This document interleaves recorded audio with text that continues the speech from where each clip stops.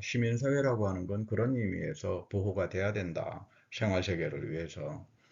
시민사회가 생활세계가 보존이 되지 않으면 거의 다 파시즘에 이제 먹혀버릴 수가 있으니까.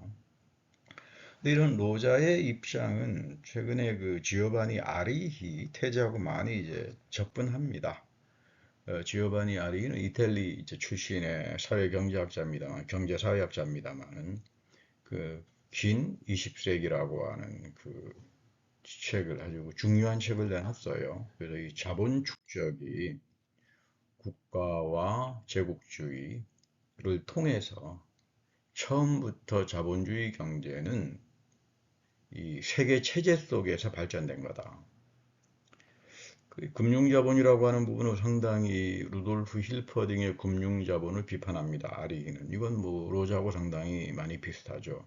그러니까 사회 진화론이 나치즘과 스탈린 체제에서 인종 우월주의로 회귀하고 반복되고 사례 정치로 나타나지만 이 로자는 이 부분을 자본 축적론에서 특별히 식민지 쪽에서 아주 중요하게 보았죠. 물론 제국주의라고 하는 책은 뭐 홉슨의 그 책이 이제 시발점이 됩니다. 경제와 정치의 연계와 추동력이 있고 뭐 영국의 리버럴 경제학자죠.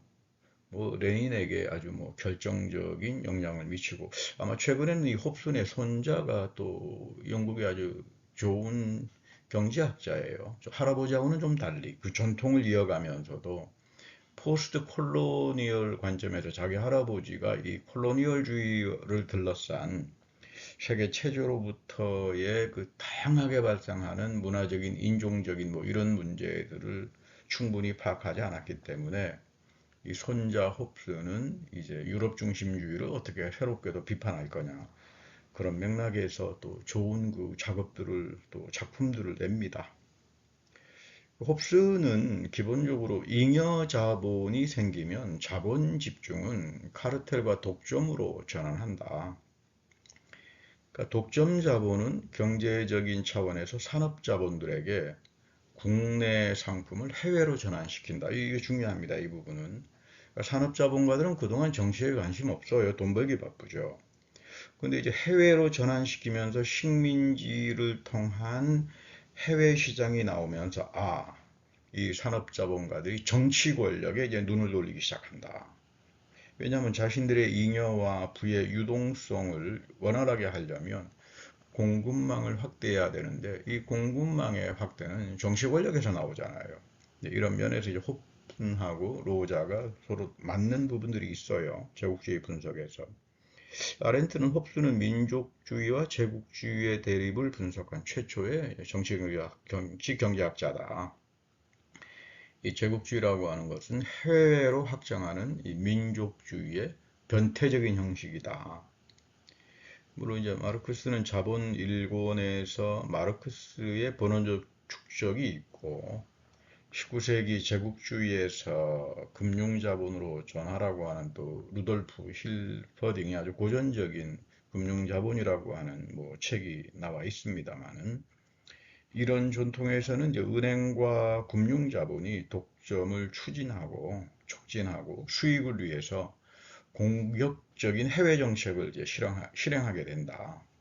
그러니까 이제 이런 부분들이 사실은 이제 홉스는 제대로 보지 못했어요. 오히려 자본 1에서 마르크스의 그 본원적 축적이라고 하는 부분은 상당히 중요합니다. 그 콜럼버스 이후에 라틴 아메리카를 그 지배하던 그것이 또 어떻게 그 서구의 부를 유입해서 궁극적으로 뭐 스페인, 네덜란드 그리고 영국에서 산업혁명이 하나의 기초가 되느냐.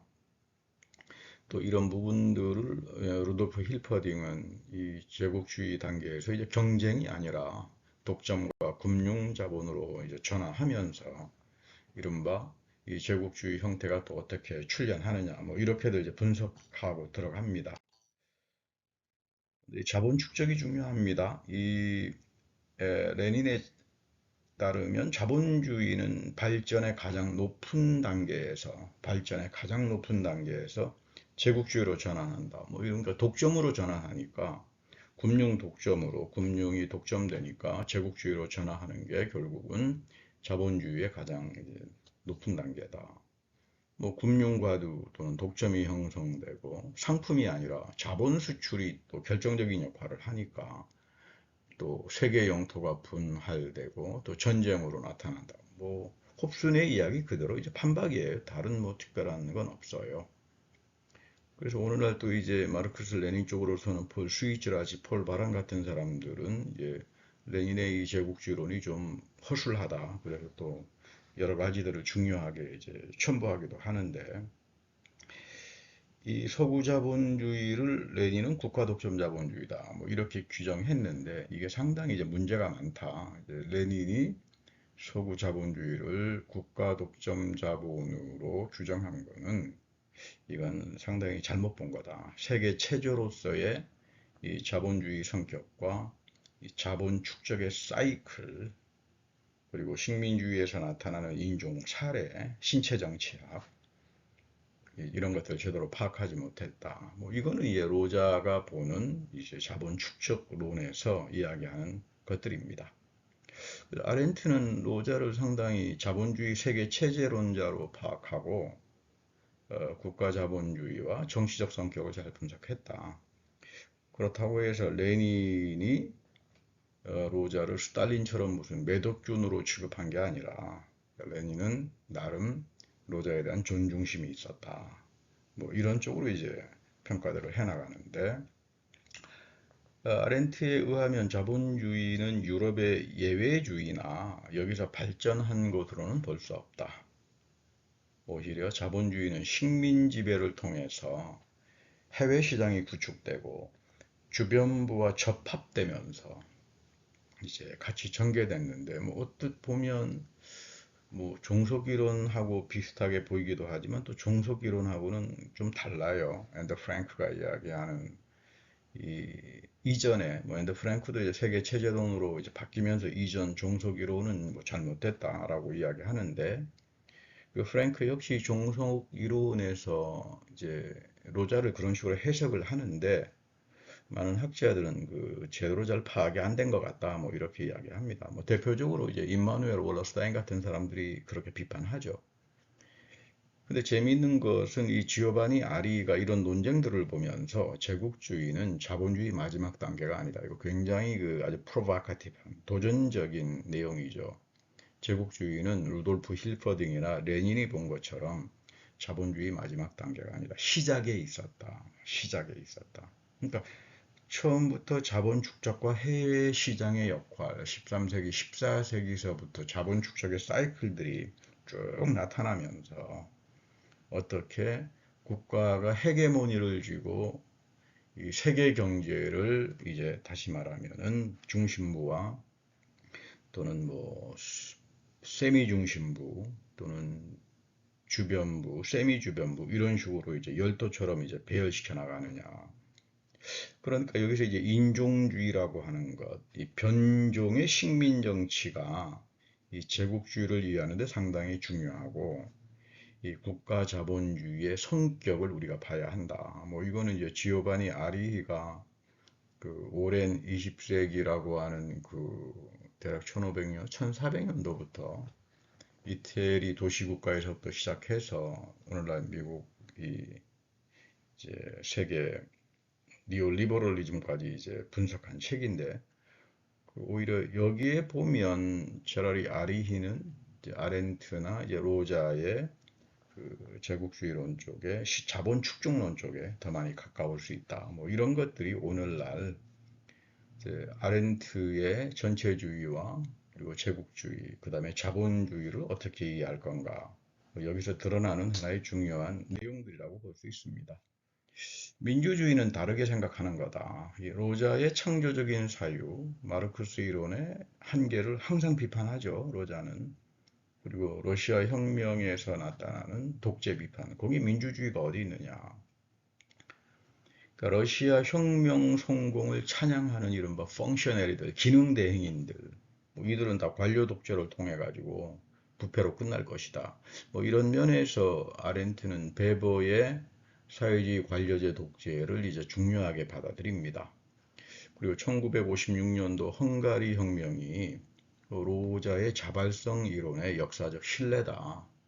그러니까 이거 이렇게 그 로자의 자발성 이론이라고 하는 게 뭐 좀 나이브하다. 뭐 이렇게 절대 볼 수 없다. 역사적 신뢰들이 있는데 헝가리 혁명이라고 하는 건 1925년도 스탈린의 동구권 집단 지도 체제에 대한 이제 저항이었고 시민사회가 강화되고 공론장에서 다르게 생각하는 자유와 민주주의는 언제든지 개혁과 혁명으로 출현한다. 이 부분은 뭐 오늘날 뭐 아랍의 봄이랄지 기타 이전처럼 어떤 레닌이 뭐 뱅가드 앞에 서서 뭐 외부로부터 노동자들을 훈련시켜 가지고 하는 그런 어떤 엘리트주의적인 직업 혁명가들 그런 게 시민사회가 발전되는 후기 자본주의에서는 거의 자리를 잡지 못한다. 왜냐하면 시민사회 자체가 도덕성을 가지고 있다. 그러니까 이 도덕성을 넘어서지 못하면 이건 뭐 어렵겠죠. 그리고 소구자본주의는 프로레타리아트를 창출하지 않는다. 자기네 자체 안에서는 오히려 주변부 국가에서 창출들을 하고 이런 선진 자본주의 노동자들은 중산층으로 이제 편입되기 시작하니까 이 물화의 과정에 편입이 되죠. 이 물화의 과정에 편입이 되면 철저하게 집단 이기주의들이 나타나죠. 각 영역에서 위계 질서에서. 그럼 자기 권리와 보존 투쟁으로 보수화가 되는데 이건 단순한 프롤레타리아트뿐만 아니라 뭐 전문 직종들 각각 공론장에서 정치, 경제, 사회 각각 영역에서 자신들이 가지고 있는 특권이랄지 어떤 혜택이랄지 전문성이랄지 뭐 이런 거 포기하지 않는다는 거죠. 그래서 남아공의 흑인 해방 운동에 대한 고문들이 나타날 때 과연 선진 자본주의 국가의 노동자들이 뭐 여기에 대해서 무슨 비판을 하거나 연대한 적이 별로 없다. 근데 이제 여기서 이제 지적이 또 아주 희한하게 로자를 걸고 넘어집니다. 특별히 아렌트를 또 걸고 넘어지는데 그 In Defense of Lost Cause라고 하는 책, 뭐 잃어버린 대의에 대해를 뭐 잃어버린 대의를 방어하면서 아마 잃어버린 대의는 공산주의겠죠. 뭐 지적은 자기를 공산주의자라고 말을 하니까 지적은 아렌트는 변혁의 차원이 없는 기존 질서를 옹호한다. 좀 아리송한 해석입니다. 이 사람이 그 아렌트를 알고 말을 하나? 전체주의는 리버럴 민주주의에만 근거한다. 과연 전체주의가 스탈린주의나 마오의 문화혁명에서는 안 나타나는가? 스탈린과 마오이즘과는 관련이 없다. 아리송합니다. 오히려 전체주의라고 하는 건 스탑갭이다. 스탑갭. 임시방편이다. 오히려 아렌트는 포퓰리즘과 전제주의의 구분을 하지 못한다. 이게 지금 저는 잘 모르겠어요. 지적의 아렌트 비판이 이게 맞는 건지. 지적은 락강, 헤겔, 뭐 공산주의자라고 뭐 대변하는 사람이니까 락강의 정신 분석을 헤겔과 마르크스 개념에 갖다 붙이고 또 문학 작품이나 할리우드 영화를 분석해서 이 글로벌 자본주의 분석에 대한 글을 쓰는데 자본주의가 뭐냐? 보면 별로 명쾌하게 아렌트나 로자처럼 분석하는 건 없는 것 같아요. 제가 보기에 주로 문화 분석에 초점을 맞추는데 미국에서 이 부분 때문에 상당한 논쟁이 있죠. 이 지적이 또 트럼프 지지자잖아요. 그래서 아렌트 뭐 이 전통에 서 있는 어떤 비판적 지성인들 노암 촘스키, 주디스 버틀러, 버클리에 뭐 지적의 트럼프 지지를 아주 혹독하게 비판하죠. 좀 이상하다. 이제 뭐 이런 정도입니다.